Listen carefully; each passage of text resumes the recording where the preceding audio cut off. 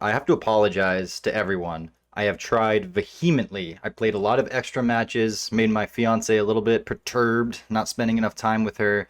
But I was trying to get some rage quits for this week because we kicked off our segment last week, Bitch Ass Rage Quitters of the Week, and there was a lot of positive responses to it, as I thought that there might be, because I think it strikes a chord that runs through all of us.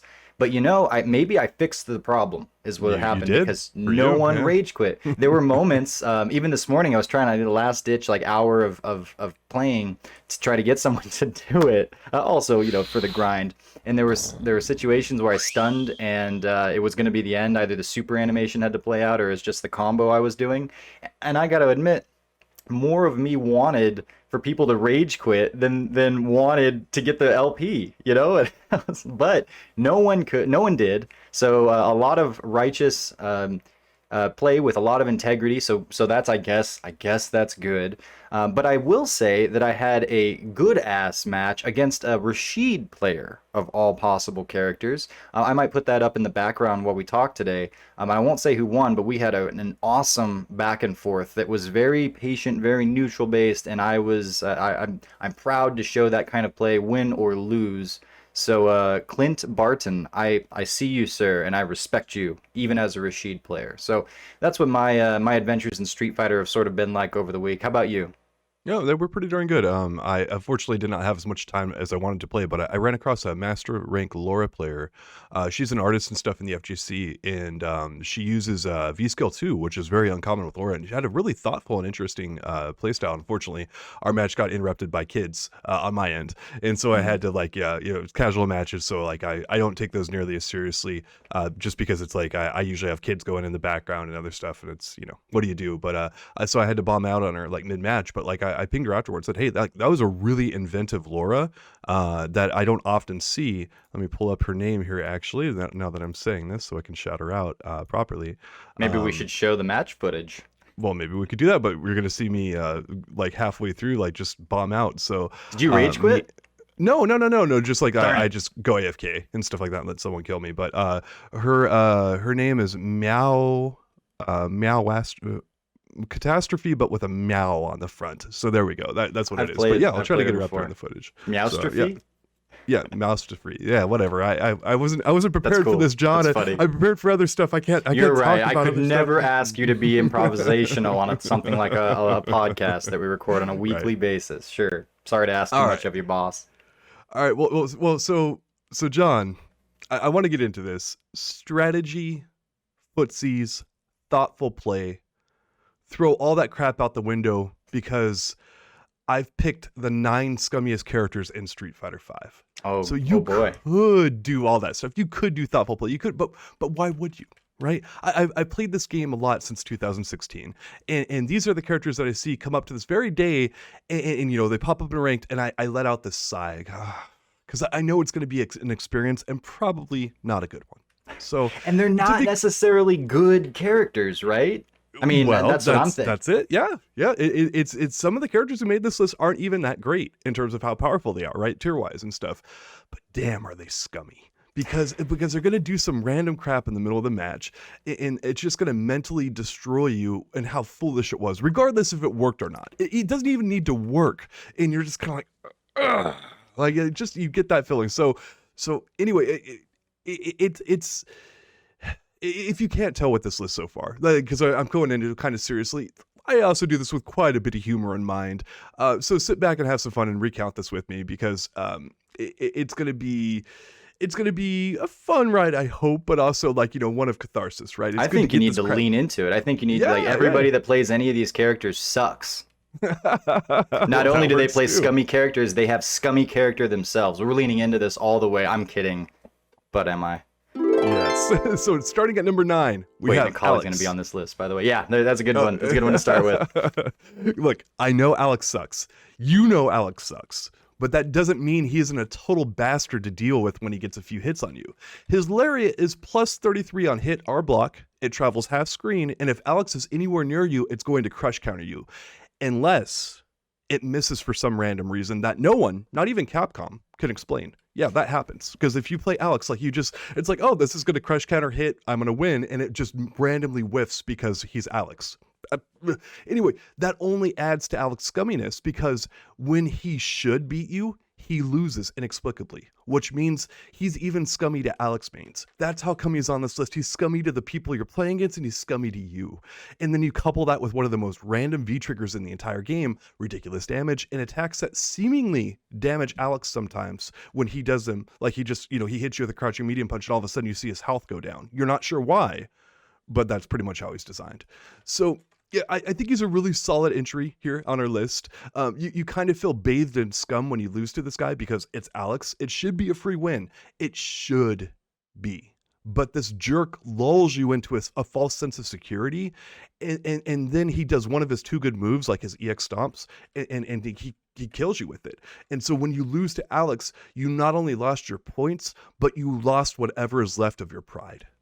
John, how does Alex make you feel? I wrote an article, and I think it was in season 1. So you got to zip back to season 1 and all the truths that were true then that aren't necessarily now. 8 frames and V triggers and the, crush counters did not scale. V trigger activations did not scale. So that was the scenario we were playing in. And Alex, people knew from day one that he wasn't all that great. And again, he never was. But I wrote an article about his V trigger 1, which there was only one at the time, being still something that made the game not fun to play. So not only was the character poorly designed in his ability, but then the one thing that he was exceptionally good at, it still sucked to lose to it. So you're leaving players walking away from this match on both sides of the fence. You don't want it on either side of the fence, but on both sides of the fence, potentially feeling like that sense of injustice, that sense of like, that was not fun. Like what I wanted and the kind of interactions that I wanted to have that would decide a winner, that kind of stuff did not happen on that screen just now. It was just a bunch of frustrating things that it felt like it was guessed or unearned or goofy or disproportionate. The risk and reward was off, all that kind of stuff. And so yeah, I 100% agree with you, and I know. With that article, I just got almost nothing but hate, even from friends that know me personally. It sent me like PMs or like, dude, you can't say that. I hear what you're saying, but you can't say that about Alex because he's such a bad character. And it's like, well, there are details. You got to look at it with some nuance. And yeah, he's not a great character. And I could say it a million times, doesn't matter. Saying that anything is still wrong with him, or that something needs to be tweaked or changed, or that he's got something that's too powerful, and that's not even the right way of putting it, is still a no-no. But yeah, 100% agree with you, and he's a great one to kick the list off with because I see Alex and it's not as bad as it used to be because the game has evolved, but he still can be a jerk. Mm. All that hate towards Alex, it makes me wonder why we have him only at number 9. Oh yeah, that's right, because we have these other characters on the list like Balrog at number 8. And all right, everyone, I challenge you to play the Balrog drinking game. Every time he does an unsafe overhead from a very clearly unsafe range, just because, take a sip. Every time he does a rush punch that's blocked, and then he follows it up with another rush punch right after, just because, take a sip. And the final rule here, if someone manages to jump at Balrog and the Rog player still has time to mash out 7 button inputs, but still can get his anti-air in there because it goes at the speed of light, take a sip. 3 rules to this drinking game, and by the time one match is over, you're going to be flipping plastered because this is how Balrog plays. This is what he does. This guy is scummy as hell. Pick him up, laugh at people doing foolish stuff like playing footsies or trying to zone. Just blow through their defenses and laugh at them for even remotely attempting to go through your rapidly flailing arms. That is what Balrog does. This is how he plays. And again, just kind of overhead again and again and again, because why not? By the time you're done with the match, you'll both be at the same IQ as Balrog players. Got him. You and I have a personal pet peeve with Balrog. One, this guy knocks me out of every tournament. Pujera, who went pretty well in Topanga, he knocked me out of Capcom Cup with Balrog. Like this is like every tournament I'm in, I think every tournament in Street Fighter V, I have somehow lost to a Balrog player and got knocked out by them. And it's just, it's like, look, I get it. Some players are skilled with this guy, but it's like 2. There's only 2 people that are skilled with them. Is So, Brian John, F one of them? maybe. I don't Nah, know. Like, you how say much he's is he not. I hate that drinking? guy. What? That guy's a Yeah. jerk. How much is he drinking every time he does this stuff? That ups my respect factor for you as a Balrog player if you actually manage to play this drinking game. But John, All right, let's talk about yeah. Balrog with Okay. he is the kind of character that well, okay, so like a rush punch, a horizontal fast move like that can be spaced safely is a very alluring thing, and we see it with anyone that has that kind of a thing, right? Birdie's tackle, Urian's tackle, Bison's scissors, Cammy's spiral arrow, things that aren't even safe necessarily. They're really tempting, and so it makes sense. And his character is like his personality even is to be like bullheaded and just get in there and do it and don't think a lot about it, just slam and punch and as hard as you can.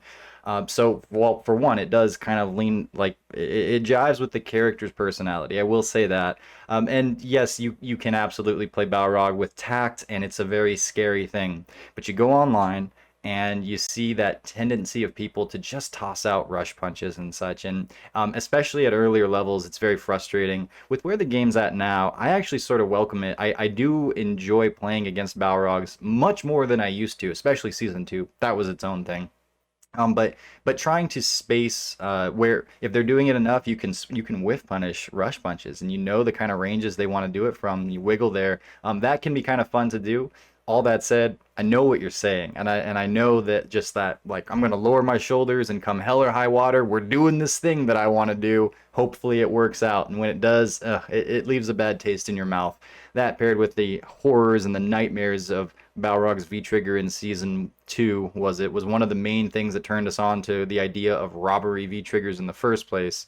Ugh, I shudder. But he also had tap that was ridiculous at the time. But no, I hear you there. He's not my worst, but he's a hard matchup usually for a lot of the characters that I've played, and I hear you. Yeah. All right. So moving on here, we've got number 7. That's Blanca.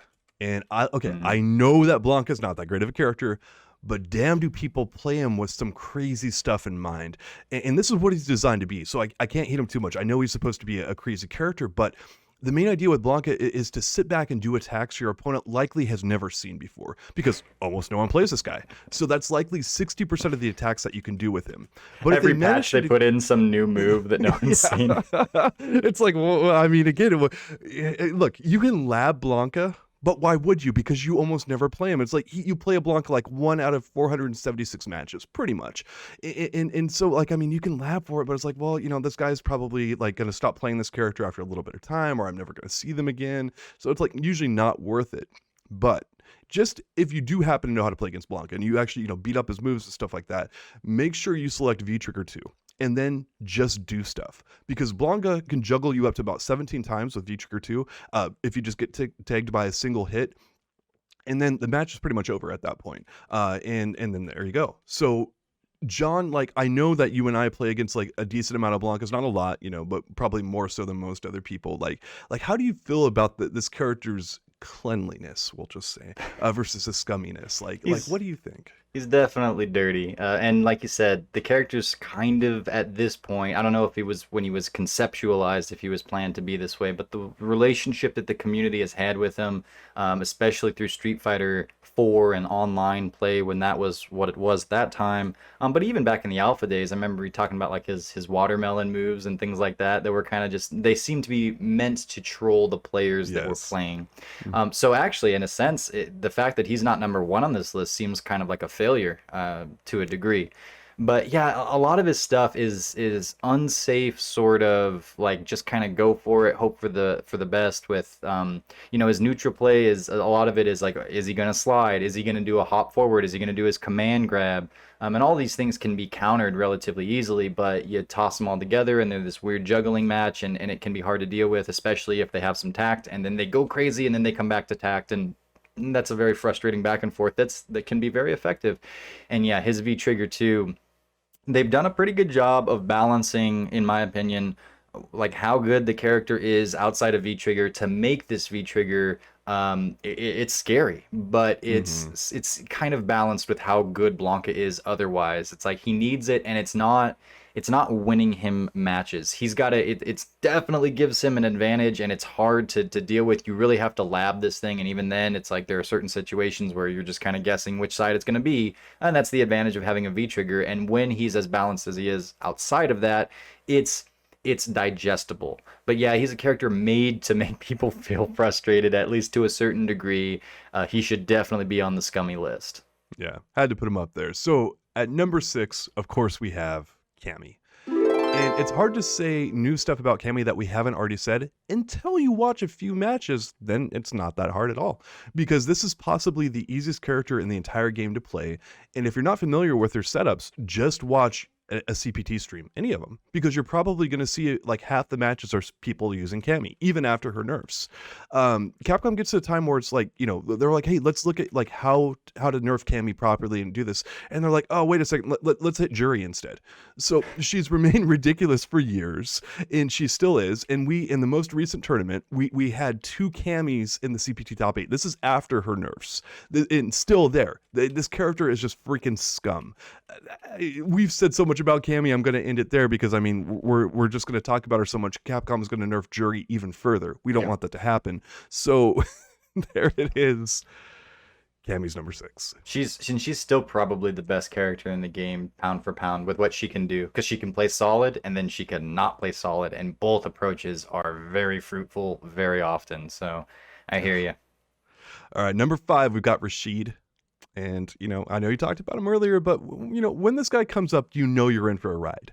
And I mean the same kind of ride you've been in since 2017, when Rashid got good and everyone copied every single top player tactic that you could find on the internet. And they've been using those for the last 4 years. No, but now with more V skill 2 shenanigans. Yeah, I mean, they can use that too. Now, they don't have to use that, but it is an option. It is an option to diversify your portfolio a little bit of Rashid, right?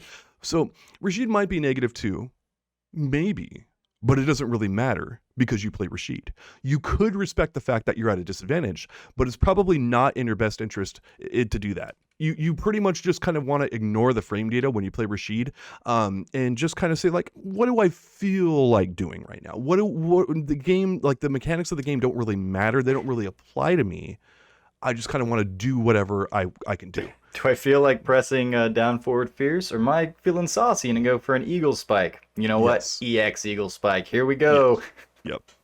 And one of the other things that you want to do, like a lot of Rashid players, if you're starting the character for the first time, like you just actually want to sit back and throw his tornado fireball over and over again, because Capcom decided that this should beat half of the cast members pretty much for free. So like if you're playing someone like Alex or whatever, you really can't do much against that except for take a hard read, while Rashid is pretty much like safe and just kind of toss it at you. Some characters can get around it, but about half the cast can't. So, but if you're able to navigate that minefield, just swing away with Rashid's normals. And whatever you do, don't let the opponent get you in a spot where you don't have the advantage on screen. I'm just kidding. What kind because of spot you have is the that? advantage. You have the advantage everywhere on screen. Yeah, there's no spot where you don't. This guy's a jerk. So His normals are, I don't see as many Rashids as I did in the past, and I think that's a good thing. I think he's been nerfed where he's not obviously the best character, and he can be a top 10, sure, and that's fine. I'm not overly ticked off with Rashid or anything like that, and maybe I haven't played the right ones yet, but he does, even at the limited capacity that I've experienced him in more modern times, his normals are just so good. And then, like we've said, like, different parts of the iron sharpens iron. Different abilities are going to sharpen other parts of your gameplay, and he's got so much maneuverability, right? He can zip around, and he's like almost a Marvel character in certain regards. His angles coming off of the wall are still goofy, although that's been nerfed, and thank you for that. And like, but all of the kind of gimmicky shenanigans that he can resort to, they can be beaten, but when they work still, that still feels really frustrating. Now, again, similar to Blanca, he feels like a decent place. He's like, I see him as a top character, fair enough. But he's got a lot of shenanigans and a lot of like, I'm just gonna throw this at you. His V trigger one, like, I'm just gonna put this tornado on screen, and everything kind of stops, and I just get some shots at you most of the time, and you're just gonna have to hold it. Things like that, and if you lose to it, it can feel like, man, that just sucks. yeah. Yeah, that's a pretty good way of describing Rashid is not in terms of his power level, but it just sucks. It's like, yeah, Just go in and hit yeah. that fierce. Yeah, I mean, all right, but anyway, another character who sucks here, and even higher on the list, is at number 4. We have Kin. And look, this guy's face is atrocious, and it makes sense that he plays how he does with a face like that. You wouldn't expect anything else from like a Kin player, right? And this actually goes all the way back to the Street Fighter 2 days, where Kin basically played the same way, and that's with sewer water coursing through his veins. The goal, as far as I can tell, with all Kin players is not so much to win, but more to confuse and mentally break their opponents with their approaches to the match. So the Kin special, one of the best things that you can do with this character is pick V-Trigger 1, and then the moment that you get it, go ahead and just take a couple steps back and do his heavy kick Tatsu on repeat until something happens. Note that I did not say something good happens. I just said something happens. So if it hits, great, but if they block it in -2 and you're at a disadvantage, you might want to just go ahead and let an EXDP rip right then and there. You have no clue if it is going to work, but more importantly, it'll show your opponent you're crazy, and they assume that, like, basically Kin is going to be exactly as crazy as they expect him to, and that just keeps them off guard. And that is kind of your whole goal as Kin. It's not really to win, because Kin doesn't win a lot, but it is to basically just kind of like mentally constantly guard break the other player. And yeah, so And I always forget these, but the Dungeons and Dragons, good, evil, chaotic, order. lawful, yeah. Lawful, sorry. Ken And neutral is in there too, but yeah. Yeah. There's 3, right? So Ken would be, if this is one, chaotic, neutral. Is that a thing? I mean, in maybe his personality, but like if you're talking about gameplay, he's chaotic evil. He's No, well, terrible. okay, so here's my argument. Because Ken players, like you said, it's not that they win all the time, and it's not that this Right. character is all that great, but the character can go into a lot of 50-50s that end really massively in one direction or the other, and you can play that way, and you can, to an extent, force your opponents to play that way. Now, the better that the opponent is at shutting that down, the less you're going to see that, and then, of course, Kens are going to fall off a little bit as you go higher up. He's a better character now, and I see a lot of V-Trigger 2 stuff where it's used to deal with fireballs in the neutral and such, and that's pretty cool. You can combo after it effectively, but this character has for a long time been, I'm gonna do something into an unsafe run in your face and see if you're ready for it. Take advantage of those 8 frames back in the day, online lag and things like that. And he's had a reputation even before this. When you think of a wake up DP, you think of the Ken flowchart. Yeah, there's no way. And I don't hate Ken. I don't hate him either, but he's scum. Yeah, and He's and so he scummy. nowadays too. It's still there a little bit, but nowadays too, it's much better. The game's better overall. But yeah, it's still a thing to an extent, and you can still see players trying to use these tactics. Especially, I remember leveling up through when I got my PC account and playing through the lower ranks again. Ran into a lot of Kens, but the DPs were almost so predictable, or it's just that you can just block once they have super, once they have DP, and they'll eventually come out and they'll hang themselves in a very obvious way. But if you're playing and things aren't playing out that way, like you're trying to play the game and maybe you're at a lower level where you're still trying to make some connections meet in real time while you're playing, and you have someone that's just putting these like not advantageous but like chaotic situations for both of you on repeat, and you're trying to learn and be, a little more precise and focused, it can be a hell of a time. I love that you brought that up there, like it's only a lower rank Kin thing. I've played some Super Diamond and other Kin players who do these exact tactics, and I'm like, wow. I'm shocked that you have this many points. Their level like is like 175 because they play the game so much, and they've kind of been stuck in that rut. But The it's heavy not a path to, tatsus, the heavy it's neutral not tatsus. it's not a path to success, but it is a path to chaos. And speaking of chaos, at number 3, we've got Rainbow freaking Mika. Now, people might be shocked to see Mika so high up on this list, but I'd also say that you'd be shocked to see how often high-rank Rainbow Mika players are literally holding forward on the joystick throughout the entire match. Did you stop Mika? That's nice, because here comes 70 other attacks mix up and other things that she's just going to pretty much randomly throw out there. And you can make a case that this is the scummiest character in the entire game, and you might be right. just to make you feel extra bad, whenever Mika catches you with a command grab, it does about 3,000 damage. So you think you might survive until you realize that you're playing against this ridiculous character who throws rhyme and reason out the damn window. And just to top it off, because I'm pretty sure this is a thing, I'm pretty sure you can't actually select Mika on the character select screen unless you're playing on a dial-up modem. Then you're actually allowed to pick her. And That's so not it's like that's called a drop kick enhancer. and there it is, Mika number 3. So Yeah, dude, with the way she doesn't have great neutral. She's got great damage output, but it's a long road for her. But she tries to traverse that road with very dishonest tactics, right? So it's like, I'm going to do the drop kick. If you can hit me out of it, then I'm going to just start doing the drop kick from slightly different ranges and with slightly different charge times. And the one time that I get that crush counter, here we go. Her V trigger is kind of crazy, and she's not a great character, especially not now with V shift in play and such.